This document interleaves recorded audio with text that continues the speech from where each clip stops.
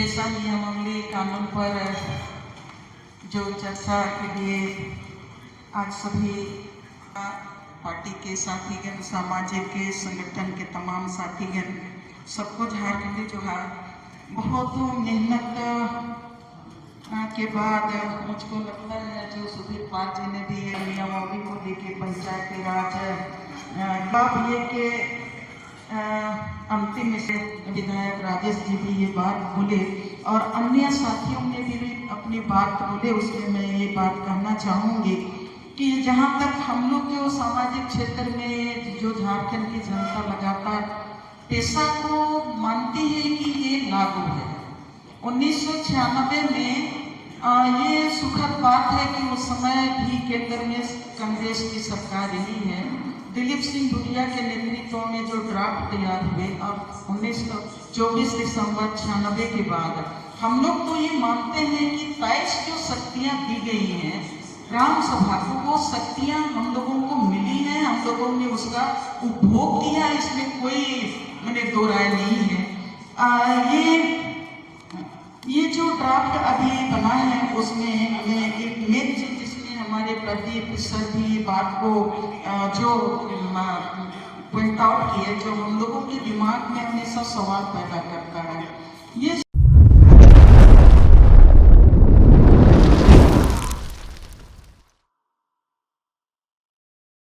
नमस्कार, जोहार। आप देख रहे हैं झारखंड स्वतंत्र खबर। हमारे साथ बुद्धिजीवी, सामाजिक कार्यकर्ता आर्यन लेडी दैन वार्ला हैं। लेकिन हम लोग बात करेंगे कि पेशा पर कार्यशाला के ऊपर। आज पेशा नियमावली पर कार्यशाला था। कांग्रेस के तमाम लोग, उसमें मंत्री भी मौजूद थे, लेकिन झारखंड के प्रभारी के राजू और प्रदेश अध्यक्ष भी उसमें मौजूद थे। लेकिन आदिवासी समाज के कुछ लोग भी थे, लेकिन उसमें दयामणि बारला दीदी जो हैं वो भी वहाँ पर मौजूद थे। हम जाने वो कार्यशाला को कैसे समझे, पेशा जो अब जल्द लागू होगा, कभी और देर होगा, तमाम बात करेंगे हम दीदी से। दीदी जोहार। जोहार। पेशा पर जो नियमावली के लिए कार्यशाला लगातार किया जा रहा है दीदी झारखंड में, उसको कैसे देख? एक तो पेशा नियमावली को बनाने और उनको फाइनल रूप देने के लिए लगातार इस पर जो चर्चाएं हो रही हैं और कार्यशालाएं हो रहे हैं, ड्राफ्ट बनाई जा रही है, लोगों का सुझाव मांगा जा रहा है और सुझाव के बाद फिर से उस पर चर्चाएं हो रही हैं। ये मेरे समझ से ये लोकतंत्र का एक हिस्सा है और पेशा नियमावली बनाने में जन भागीदारी का एक हिस्सा मैं मानती हूँ। एक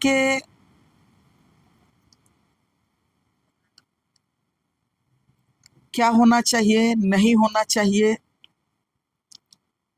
इस पर चर्चा करना बड़ी बात है। मैं उसके लिए अब सरकार का जो घटक दल है कांग्रेस पार्टी, उसको मैं धन्यवाद देना चाहती हूँ कि आज का जो कार्यशाला आयोजन किया, उसके पहले 15 मई को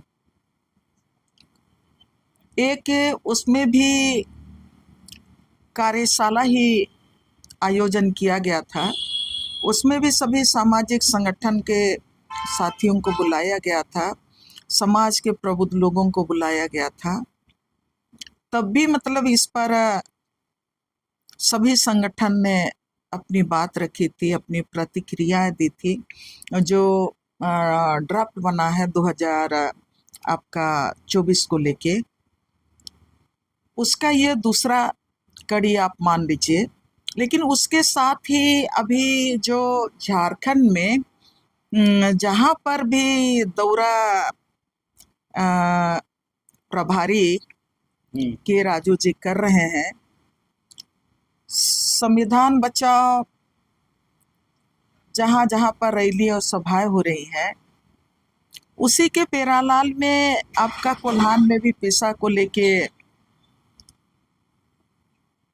मैंने समाज के प्रबुद्ध लोगों के साथ उन लोगों का जो चर्चा चला, और फिर लतेहार में भी देख रहे थे और दूसरे जगहों में भी देख रहे थे, और आज रांची में हुआ, तो निश्चित रूप से एक पॉजिटिव पहल है। और उसके साथ ही मैं उन तमाम जब ड्राफ्ट हाथ में आया है, ये ड्राफ्ट आया है हाथ में 2024 का, उसके पहले का ड्राफ्ट आया था 2023 का, 22-23 का।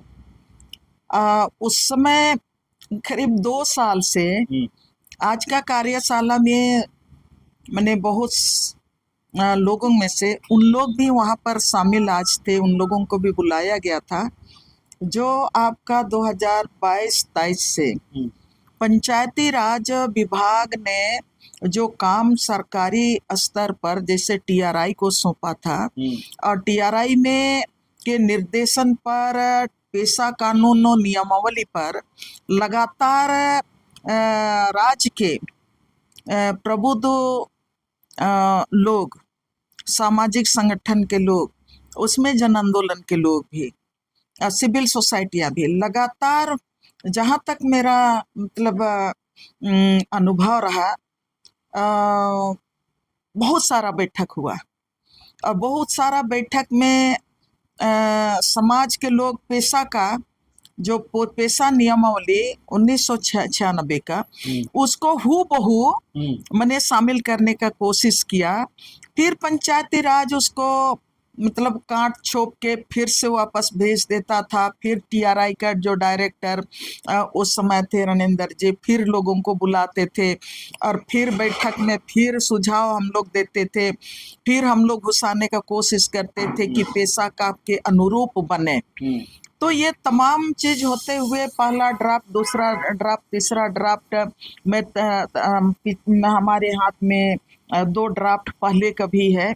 तो ये आज 24 का ड्राफ्ट में बात हुआ, उसको लेके सामने टेबल में रख के जो बात हुआ, आज मैं सुझाव दी। जो सुझाव उसमें मैंने कहा कि एक तो था कि आपका जो ग्राम सभा की बात हम करेंगे, तो ग्राम सभा हम एक तरफ से पेशा कानून के लिए बोल रहे हैं, तो ग्राम सभा जिसमें कि आपका ड्राफ्ट का कॉपी में जो दिया गया है उसमें लिखा हुआ है पंचायती राज अधिनियम 2000 की धारा 131 के तहत जो भी प्रावधान है उसके तहत ही वो ग्राम सभा का भी मन को भी परिभाषित किया गया है। तो मैंने अपना सुझाव में ये बात बोली कि इसमें ये जो सुझाव है, ये जो ग्राम सभा का जो परिभाषा है वो पंचायती राज का परिभाषा है, और उसमें जेपीआरए का पंचायती राज की बात है। और जब हम आपका पेशा कानून की बात करते हैं, पेशा कानून में हम ग्राम सभा की बात करेंगे तो उसमें उपबंध और राजस्व बने गांव का तमाम जो जन समूह मैंने आबादी की बात होती है कि वो आबादी वो ग्राम सभा बनता है, उसकी बात होती है। तो मैंने ये कहा कि पेशा कानून में उपबंध के तहत राजस्व गांव का जो मैंने आबादी है वो ग्राम सभा के दायरे में आता है। उसके बाद समय बहुत कम समय था, तो उसमें ये जो आपका अध्याय 2 की बात मैंने की, और फिर मैंने इसमें सीधे मैं चली गई अपना जो मुझको लगा कि मेन कौन सा हो सकता है, तो उसमें मैं अध्याय आपका अध्याय 6 में चली गई। इन तमाम जो गतिविधियां होंगी, तमाम जो योजनाएं होंगे, उसके लिए ये ग्राम सभा जो समितियां बनेंगी, उसमें ये आपका अध्याय 6 में ग्राम सभा की अस्थाई समितियों का गठन वैकल्पिक रूप में, इसमें से जो 3-4 जो माने समितियों का बात रखा गया है, और उसके नीचे ये कहता है कि ग्राम सभा झारखंड पंचायती राज अधिनियम 2001 द्वारा दिए गए कृत्यों एवं कर्तव्यों के निर्वहन एवं सुविधा के दृष्टिकोण से अपने सदस्यों में से झारखंड पंचायती राज अधिनियम 2001 में वर्णित अस्थायी समितियों द्वारा समितियों का गठन कर सकेगी। तो मैंने यहाँ पर ये बात रखा कि पिछला जो हम लोग 2023 का जो हम लोगों का जो ये बना था, ये जो समितियां बना था, उसमें मैंने तय किया गया था कि ये समितियां बनेंगी। इसमें मैंने और कई समितियों को जोड़ने का भी बात कहा गया है। उस समय का 12 या 14 समिति उस समय बना था। इसमें कम समितियां हैं, इसमें कई साथियों ने जोड़ने का भी बात किया। नमन बिक्सल कोनगाड़ी विधायक इसमें जोड़ने का भी बात किए। मैंने इस बात को प्रमुखता से रखा कि समितियां बनेंगी। कि पिछला ड्राफ्ट में कहा गया था कि इसमें जो निर्वाचित ग्राम सभा के जो सदस्य होंगे वो इस समिति में नहीं होंगे। इनका जो निगरानी समिति होगा, यहाँ पर निगरानी समिति की भी बात कही गई है। तो इसमें जो PRA 1 में जो निर्वाचित जो सदस्य होंगे, वो सदस्य इसके निगरानी समिति वगैरह में नहीं रहेंगे। नहीं तो वही हो जाएगा कि बिल्ली को दूध का रक्षा करने के लिए आप जवाबदेही दिए, तो वही बात होगा। तो हमने अपना सुझाव इसमें दी, और उसके साथ मैं अपने जो मूल विषय है उस मूल विषय में मैं आई अध्याय 8 में, जिसमें कि सामुदायिक संसाधनों का प्रबंधन। तब सामुदायिक संशोधनों का प्रबंधन में जिस तरह से इसमें आपका 22 पॉइंट नंबर 22, इसमें आपका 5 पॉइंट्स तक दिया गया है। ये अच्छे पॉइंट्स दिए गए हैं, लेकिन इसमें भी जो समझ में आया उसके आधार पर मैंने जो अपनी ये बात कही, सामुदायिक संसाधनों की सुरक्षा एवं प्रबंधन। ऑलरेडी यहाँ पर CNT एक्ट में आपका सामुदायिक की संपत्तियों का सुरक्षा और प्रबंधन का अधिकार दिया गया है, और पेशा नियमावली में वो सुरक्षा और प्रबंधन का पूरा जिम्मेवारी ग्राम सभा को दिया गया है।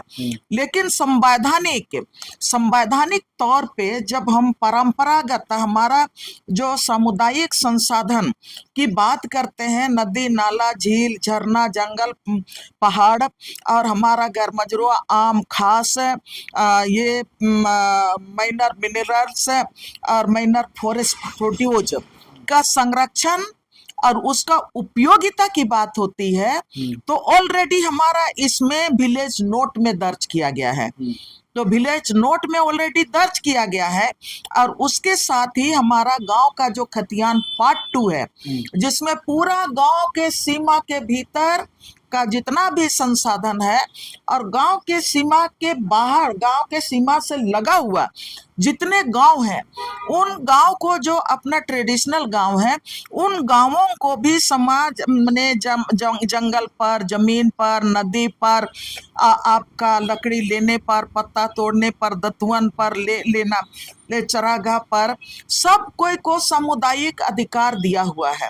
जो हमारा बेलगान का जमीन है, जिसको लेके हम लोग हमेशा लड़ते रहते हैं कि ये हमारा जमीन हमारा समुदाय के भीतर का है, तो हमने यहाँ पर 2 चीजों को मतलब सुझाव दिए कि हमारा विलेज नोट को आप इंक्लूड करो।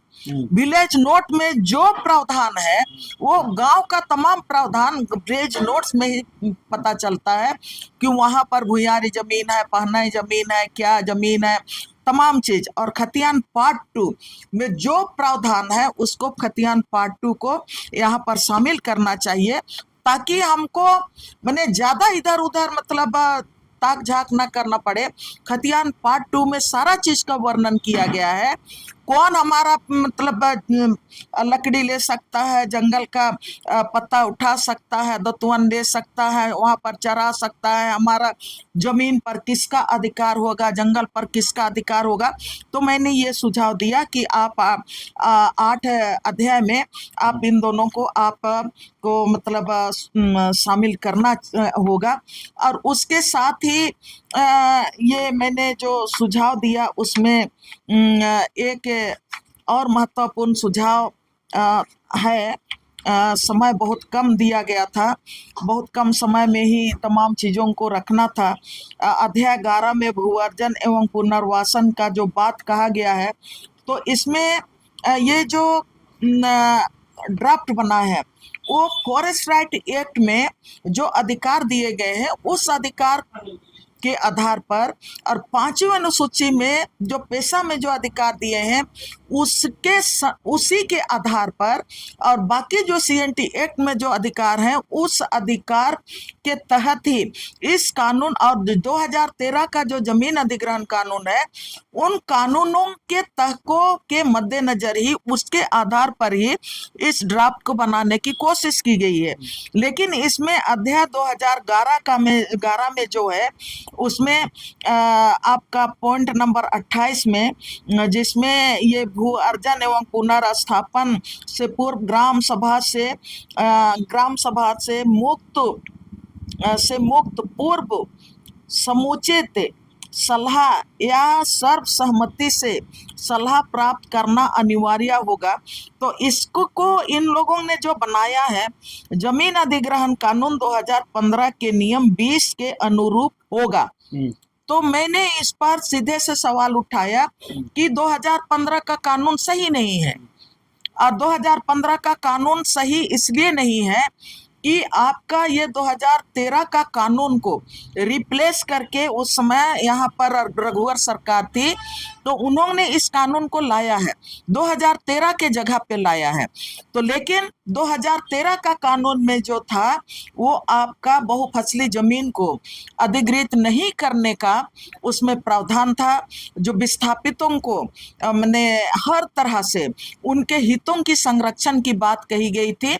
और उसी के तहत में जो जमीन अधिग्रहण भी कर लिया गया है, मुआवजा भी ले लिया गया है, दिया गया है, लेकिन 5 साल के अंदर में अगर वो जमीन का कब्जा अधिग्रहण के तहत सरकार नहीं करती है या कंपनियां नहीं करती हैं तो अधिग्रहण मुक्त होगा और वो जमीन गांव वालों को वापस लौटा दिया जाएगा। ये 2013 का कानून में है। और उसी कानून में ये भी कहता है कि अगर सरकारें जमीन लेती हैं तो 70% ग्राम सभा सहमति देगी, तब जमीन अधिग्रहण होगा, और कंपनियां करेंगी तो 80% ग्राम सभा के लोग सहमति देंगे तभी जमीन का अधिग्रहण होगा। तो हमने यहाँ पर उन सलाह दिया कि ये जो जमीन अधिग्रहण कानून 2015 के जगह 2013 का कानून के तहत ये यहाँ पर इसको बदला जाए। मैंने ये अपने तरफ से ये की। और फिर आगे इधर जो सिंचाई वाला जो मामला है उसमें इसमें कानून में कहा गया है सभी जल स्रोतों को मैंने सिंचाई का ये होगा, सिंचाई पर प्रबंधन गांव वालों को दिया गया है। लेकिन इसमें 10 हेक्टेयर जमीन तक का जल स्रोत की बात कही गई है। और दूसरे तरफ फॉरेस्ट राइट एक्ट में या तो आपका पेशा कानून में वो गांव के सीमा के भीतर तमाम जो जल स्रोत हैं उस जल स्रोत का नियंत्रण और उस जल स्रोत का उपयोग वो आपका गांव करेगा, गांव का ग्राम सभा करेगा। तो इस पे भी मैंने अपना एक लाइन कहा। उसके बाद और भी बहुत सारे इसमें जो थे, लेकिन समय की कमी थी तो वहाँ बोले कि नहीं समय कम है, तो भी मैंने अपनी बात को मैंने संक्षेप में करते हुए। दीदी आप अच्छा ये बात रखिए, लेकिन अब है कि किताब तो लोग पढ़ करके अच्छा बात वक्ता बन सकते हैं, आप अच्छे बात रख सकते हैं, लेकिन आप जिस तरह से जल जंगल जमीन बचाने के लिए पूरा अपना जीवन कहें कि लगाए हैं, उसमें आप ड्राफ्ट बना के मांग रहे हैं, तब उस ड्राफ्ट में आप क्या देंगे? क्या आपका अनुभव जो है ना, एक लंबा अनुभव है जल जंगल जमीन या ग्राम सभा के जो कहें उसके ग्राम सभा वही है कि जल जंगल जमीन बचाने के लेकर के, और उसी के लेकर आप लंबा लड़ाई लड़े हैं, तो आपका अनुभव भी लंबा है। तो आप जो ड्राफ्ट मांगा गया है उसमें आप क्या देने वाले हैं, क्या सुझाव जो आगे सुझाव देंगे वो क्या देंगे? ड्राफ्ट जो मांगा गया है उसमें पहले आज भी मैंने ये कहा कि 24 दिसंबर 1996 में जो पेशा कानून बना है, हम लोग तो मानते हैं कि कानून बना है और हम लोग उसको एंजॉय भी करते हैं। एंजॉय करते हैं मैंने उपयोग भी करते हैं। हाँ। हम लोग उपयोग भी करते हैं। मैंने शुरू में ही आज ये बात बोली। तो अब ये जो ड्राफ्ट की बात हो रही है, ड्राफ्ट में मैं अभी जो आपको जो मैं बताई उसके अलावे कई चीजें हैं जो इस ड्राफ्ट में मैं भी अपना शामिल करने जा रही हूँ, जिसमें लघु वनोपज में भी बहुत सारे आपका इसमें जो गांव को आप अधिकार दे रहे हैं, तो आप उसके लिए गांव में हालांकि इसमें इस ड्राफ्ट में जो बनाया गया है उसमें है कि प्रायोरिटी हम किनको देंगे, जो माइनर मिनरल्स पर, माइनर फॉरेस्ट प्रोड्यूस पर। और जब ये मार्केटिंग की बात होती है, विपणन की बात होती है, जब इससे आर्थिक मार्केट के साथ जुड़ा हुआ बात होता है, तो उसमें हम लोग जानते हैं कि कहीं ना कहीं उसमें सरकारी तंत्र के साथ आगे बढ़ना होता है। कोई भी बाजार आप उसको मैनेज करने की बात करेंगे तो सिर्फ सप्लाई करने की बात नहीं होती है, लेकिन सप्लाई कहाँ कहाँ पर आप करेंगे, किस प्रोसेस से करेंगे, मार्केटिंग आप कहाँ कहाँ करेंगे, किस प्रोसेस से करेंगे, अपने तमाम जो उत्पादन है उसको लेके।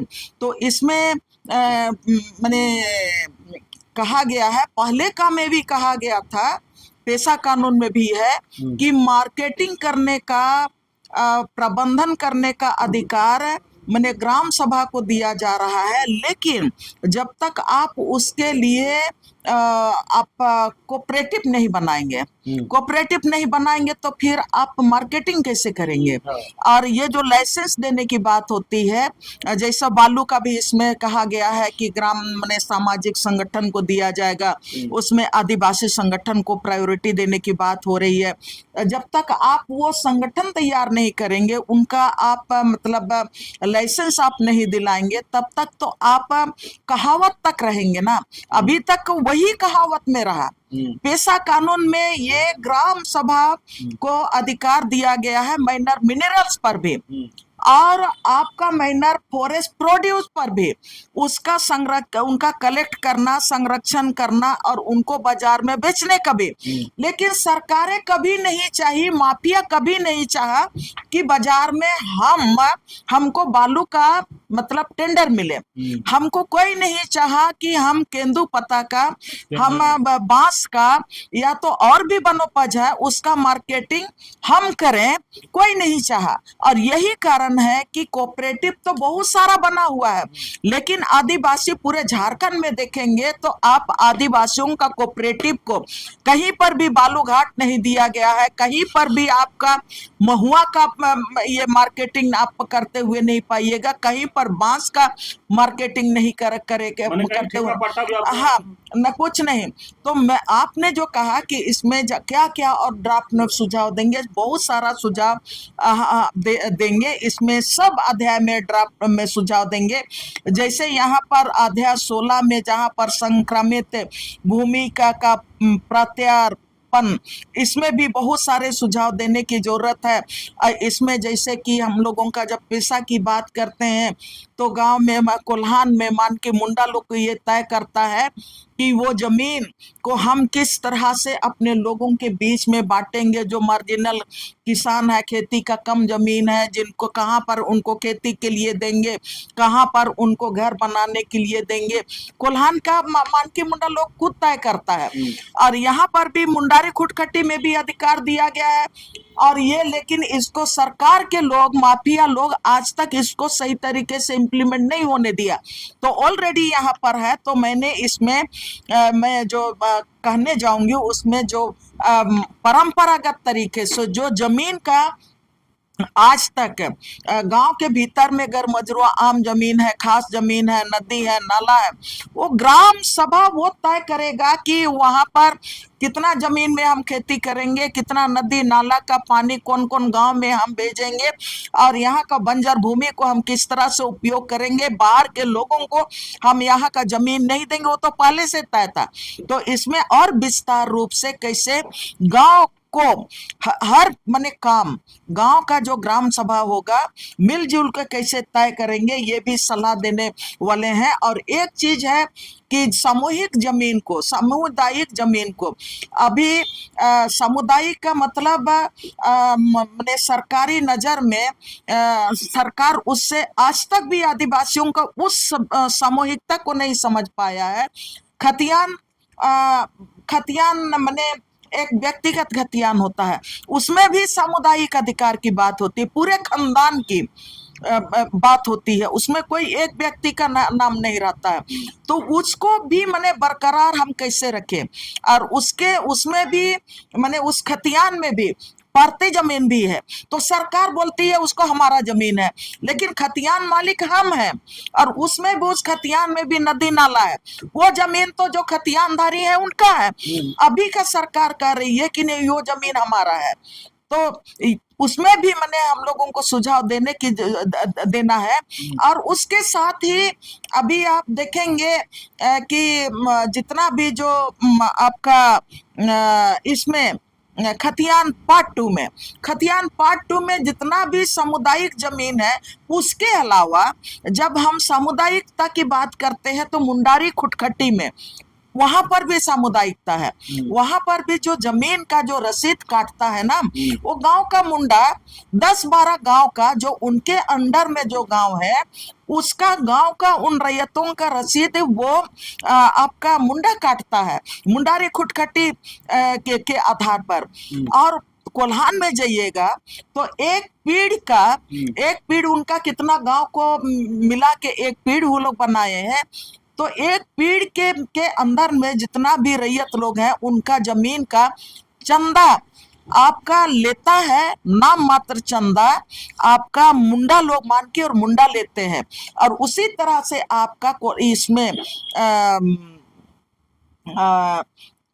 संथाल क्षेत्र में माझी और परगना वो लोग भी चंदा लेते हैं, और उसका शेष सरकार को लगान के रूप में देता है।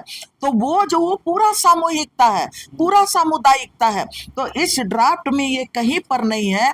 मानके मुंडाओं का वो ग्राम सभा में अधिकार तो दिया गया है, लेकिन मानके मुंडाओं को इस ड्राफ्ट में आपका आधिकारिक रूप में इन लोगों को जमीन का जो रसीद पहले से ट्रेडिशनली काटते आ रहा है, जो जिसको कि आज रघुवर दास आने के बाद जो लैंड बैंक बनाया, और लैंड बैंक के बनाने के साथ ही जो लैंड डिजिटलाइजेशन प्रोग्राम किया, उसमें उनके हाथ से मानकी और मुंडाओं के हाथ से जमीन का रसीद काटने का जो अधिकार था उनको छीनने का काम किया, और सीधे भूवर्जन विभाग को वहां पर डाल दिया। मुंडारी खुटखटी क्षेत्र में जो मुंडाओं को जमीन का रसीद काटने का जो अधिकार है अपने मुंडारी खुटखटी क्षेत्र का, उसमें भी ये रघुवर दास आने के बाद उस जमीन का जो मुंडाओं को जो जमीन का रसीद काटने का अधिकार था उसको छीन लिया। और उसी तरह से आपका ये संथाल परगना भी मंझी परगना लोग अपना रसीद काटते थे, उसको भी उस अधिकार को भी छीन लिया। तो मैं जो सुझाव देना चाहती हूँ, मैंने किताब में जो तमाम स्टडी करके पूरा उदाहरण दे के मैंने अपना आदिवासी संविधान प्रदत्त आदिवासी अधिकार खतरे में उसमें तमाम चीज़ों को मैं एकत्र करके रखी हूँ। मैं इस ड्राफ्ट में भी उनको जब तक आप मैंने जब नियम ही बना रहे हैं तो उनके अधिकार को यहाँ पर समायोजन करना होगा, और समायोजन नहीं करेंगे तब कल के दिन में आप कहेंगे कि नहीं ये बात तो यहाँ पर लिखा हुआ ही नहीं है, ड्राफ्ट अधूरा रह जाएगा। और उसके साथ ही इस ड्राफ्ट में एक चीज मैं देखी कि नहीं, इसमें 50% की बात कही गई है। गांव में जो माने ग्राम सभा का जो बैठक होगा इसमें 50% आरक्षण आदिवासी क्षेत्र में की बात कही गई है। ये तो पहले से ही था कि आदिवासी इलाका में आदिवासियों को ग्राम सभा में 50% रिजर्वेशन की बात कही गई थी। हाँ, महिलाओं को डिसीजन मेकिंग में इसमें अधिकार देने की बात कही गई है। कि एक चीज इस ड्राफ्ट में मुझको जो समझ में नहीं आया सो हालांकि समय कम था, लेकिन मैं इसको जरूर मतलब जो अपना ये होगा सुझाव होगा उसमें मैं देना चाहती हूँ। इसमें जितना भी आपका आवेदन जो होगा, आवेदन का जो प्रारूप बनाया गया है, उस आवेदन का प्रारूप में ग्राम सभा के सदस्यों का हस्ताक्षर ये तो ठीक है, लेकिन जिला दंड अधिकारी ओब्लिक उपायुक्त हर चीज में मैंने इसको आवेदन को इस फॉर्मेट में जो आवेदन दे रहे हैं, आखिर इसका तो आपका आखिरी मोहर ये जिला दंडाधिकारी लगाएगा या तो उपायुक्त लगाएगा।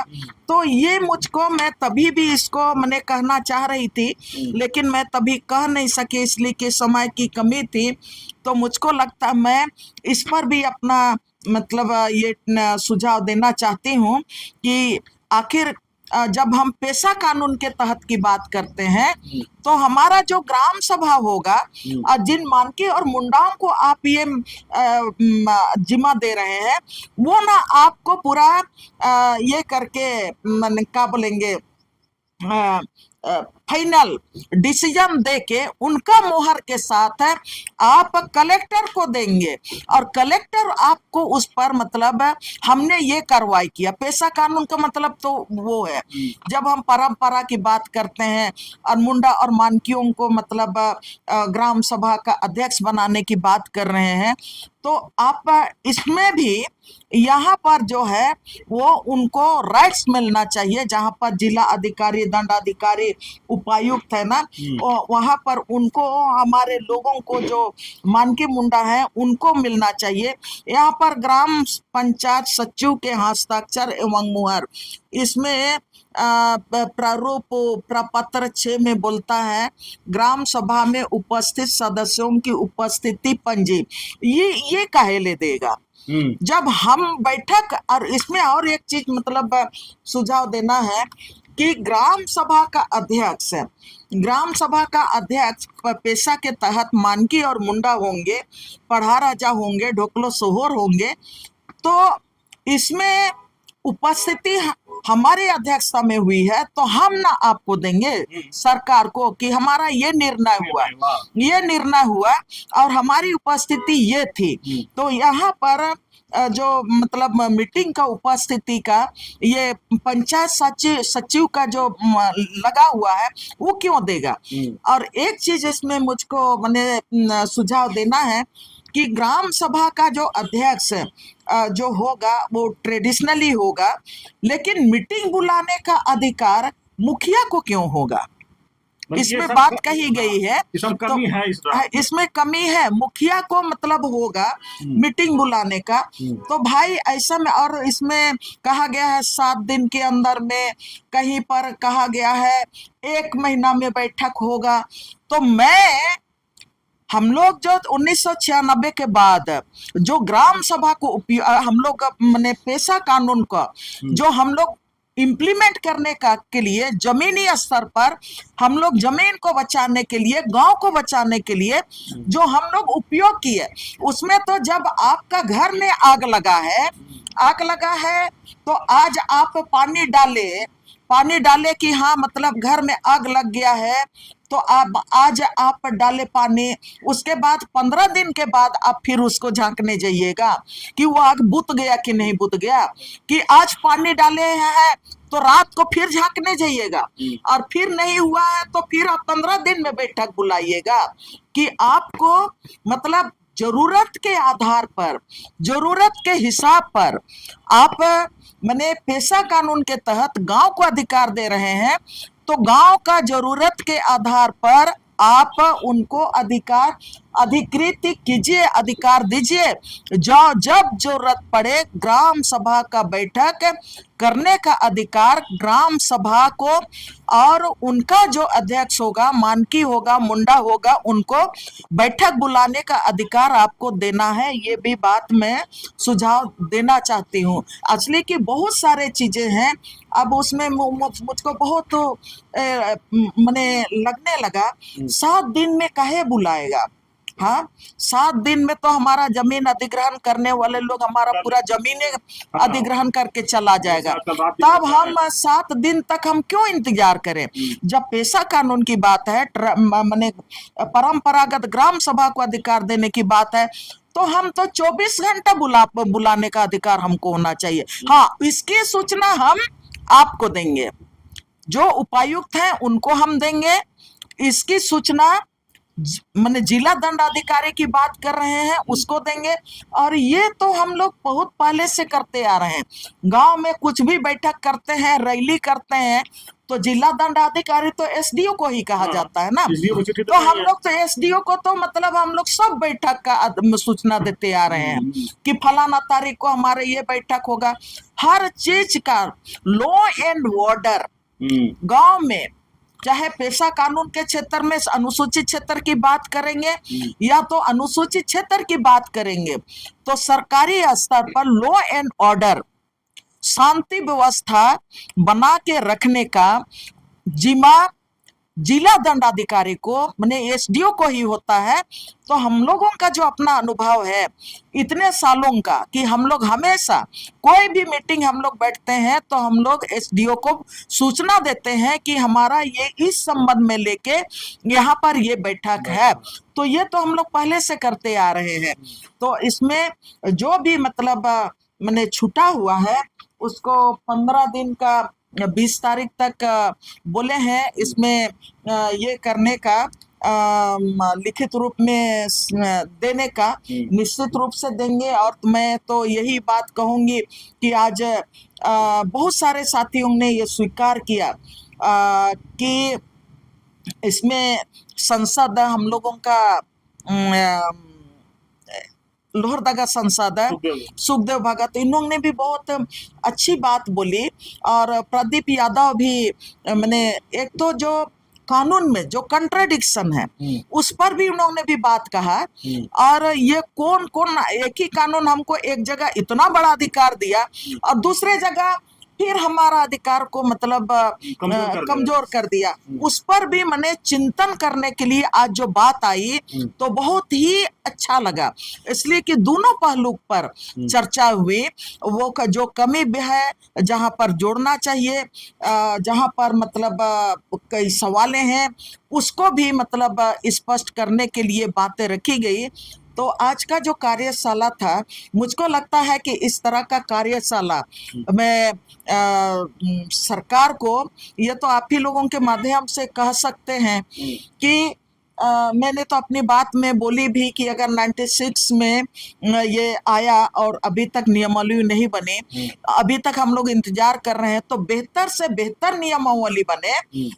ताकि मैंने, ये तो सच बात है 96 में भी कांग्रेस की सरकार थी, उसके बाद जो नियमावली बना, ये दिलीप सिंह भुरिया वो भी कांग्रेस से बिलोंग करते थे, या तो आपका यहाँ बाबा नहीं, कार्तिक उरांव ने बंदी बाबा थे, बीडी शर्मा थे, ये लोगों को आखिर कांग्रेस ने ही मतलब ये अधिकार दिया था कि ये काम करो। और कांग्रेस के समय में ही 1996 में पार्लियामेंट में भी इनको जो पेशा कानून है उसको मैंने स्वीकृति मिली। और उसके बाद आप देखेंगे तो आप आरटीआई का कानून भी कांग्रेस ही लेके आया, और उसके साथ मनरेगा का कानून भी वही लेके आया, और उसके साथ आपका ये जो भोजन का जो अधिकार है ना, भोजन का अधिकार, खाद्य सुरक्षा कानून भी कांग्रेस ही लेके आया, भोजन का अधिकार भी कांग्रेस ही लेके आया। और उसके बाद फिर आप देखेंगे 2013 का कानून, जिसको आपका पेशा का कानून का ही मतलब एक उसको सपोर्ट करते हुए एक बड़ा कानून लेके आया। तो निश्चित रूप से मैं मानती हूँ मैं इसलिए नहीं कि मैं अभी पार्टी में ज्वाइन की हूँ इसलिए नहीं, लेकिन बहुत पहले से तमाम चीजों को देखते हुए ये तमाम जो जन मुद्दों को लेके कांग्रेस लगातार जनता के हित में कानून लेते लाया। और कांग्रेस में एक चीज देखे है कि जो कानून मतलब उन्होंने बनाया लेकिन जनता के हित में नहीं है, उसको इम्प्लीमेंट नहीं किया। उसको जरूर कानून के रूप में रखा लेकिन उसको डंप करके रखा कि नहीं ये कानून, इसको इम्प्लीमेंट करने से जनता को मैंने दिक्कत होगा। तो उम्मीद करेंगे, और मैंने अपनी बात में कही भी कि कुछ और समय सही लेकिन सही बातें इस ड्राफ्ट में आनी चाहिए ताकि एक लैंडमार्क बने। झारखंड में अभी पैसा नहीं है, पैसा कानून नहीं बना है, तो ये लैंडमार्क बने और झारखंड एक ऐसा राज्य है जो पूरा देश में सबसे ज्यादा आदिवासियों का आंदोलन जल जंगल जमीन को, भाषा संस्कृति की रक्षा को लेके सबसे मजबूत आंदोलन झारखंड में ही है।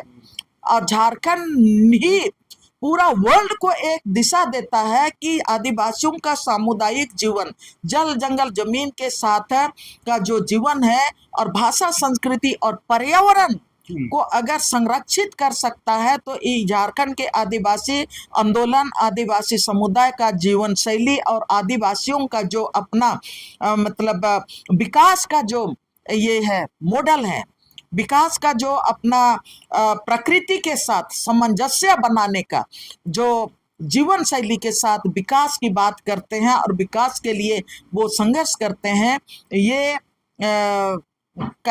एक लैंडमार्क के रूप में ये इसमें ये बढ़िया से ड्राफ्ट है। थोड़ा सा सुधार, थोड़ा सा समय के साथ इसमें अबू सरकार को करना चाहिए ताकि जैसा हेमंत सोरेन है, यहाँ शिबू सोरेन का नाम है देशुम गुरु, तो हमारा झारखंड भी देश का माने हमारा झारखंड भी पैसा नियमावली बनाने में एक नंबर में आए ताकि हमारा जो ऐतिहासिक पहचान मजबूत रहे। यही उम्मीद करते हैं और यही सलाह भी देंगे। चलिए, अभी आप सुन रहे थे दयामणि बारला की बात, लेकिन आज दीदी को बहुत बार कहते रहते हैं कि हम कांग्रेस में ज्वाइन किए हैं लेकिन हमको कोई कांग्रेस नेत्री नहीं मानती है। लेकिन आज जब ये पेशा कार्यशाला में गए थे तो हमको यही लगा कि कांग्रेस नेत्री या कांग्रेस पार्टी ज्वाइन करने की, इसलिए इनको बुलाया गया था। लेकिन इसके पीछे भी बता दें कि जिस तरह से जल जंगल जमीन और संस्कृति के लिए ये लंबा लड़ाई लड़े हैं, तो इसका भी कहीं ना कहीं अनुभव आज से मैंने साझा किए और अभी भी साझा किए कि किस तरह से ड्राफ्ट में सुधार करना, ड्राफ्ट में क्या कमियां हैं, तमाम चीज़ रखे। लेकिन आज हमको भी लगा कि कांग्रेस ज्वाइन करने पर ही आज इनको लगा कि वहाँ पर कार्यशाला में बुलाया गया था। शायद अगर कांग्रेस ज्वाइन नहीं करते तो आज और सामाजिक कार्यकर्ता जिससे लोग हैं बाहर थे उस कार्यशाला से, तो ये भी बाहर रहते। लेकिन आज अपनी बातों को मजबूती से वहाँ रखने का इनका जो मौका मिला वो कांग्रेस से जब ज्वाइन किए, इसी के चलते इनको आज अपनी मजबूती से बात रखने का मौका मिला। और झारखंड में ये कह रहे हैं कि जिस तरह से शिबू सोरेन का एक नाम है, तो अगर पेशा देर से ही सवेर से ही थोड़ा टाइम लगे, समय लगे, लेकिन एक बेहतर नियमावली बने कि देश में एक नंबर का पेशा नियमावली बने यहाँ झारखंड में। लेकिन कई कमियां भी गिनाए दीदी कि जो ड्राफ्ट बना है उसमें कई कमियां हैं, उसको भी हम सुधार करने के लिए देंगे। और जो जिस तरह से कहा गया कि 20 तारीख तक अपना लिखित जमा करना है, तो 20 तारीख से पहले अपना ये सुझाव देंगे। तो इस तरह खबर को देखने के लिए आप झारखंड सतत खबर जुड़े रहिए। जोहार, नमस्कार।